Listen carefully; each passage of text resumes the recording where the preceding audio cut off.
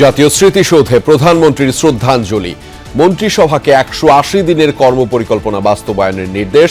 রাতে জাতির উদ্দেশ্যে ভাষণ দেবেন তারেক রহমান। ফার্স্ট 100 ডেজে কি কি প্রায়োরিটি আছে সেটা নির্ধারণ করতে হবে।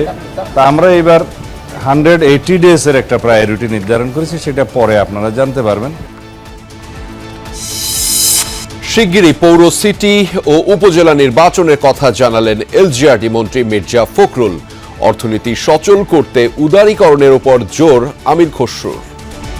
পরিকল্পনা বাস্তবায়ন করার জন্য তিনি তার মন্ত্রিসভা ইতিমধ্যে গঠন করেছেন এবং সেই মন্ত্রিসভা তার পরিকল্পনা বাস্তবায়ন করবে। সেগুলোকে ঢেলে সাজাতে হবে এবং এগুলোকে প্রফেশনালি তৈরি করতে হবে।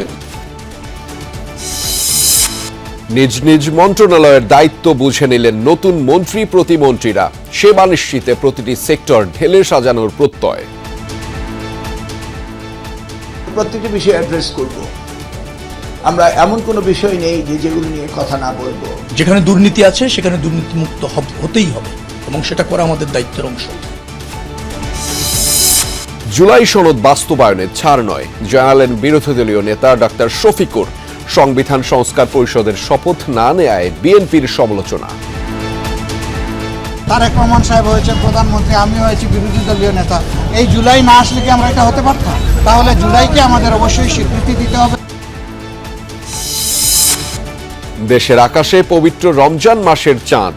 কাল থেকে শুরু হচ্ছে সিয়াম সাধনা। মসজিদে তারাবির প্রস্তুতি।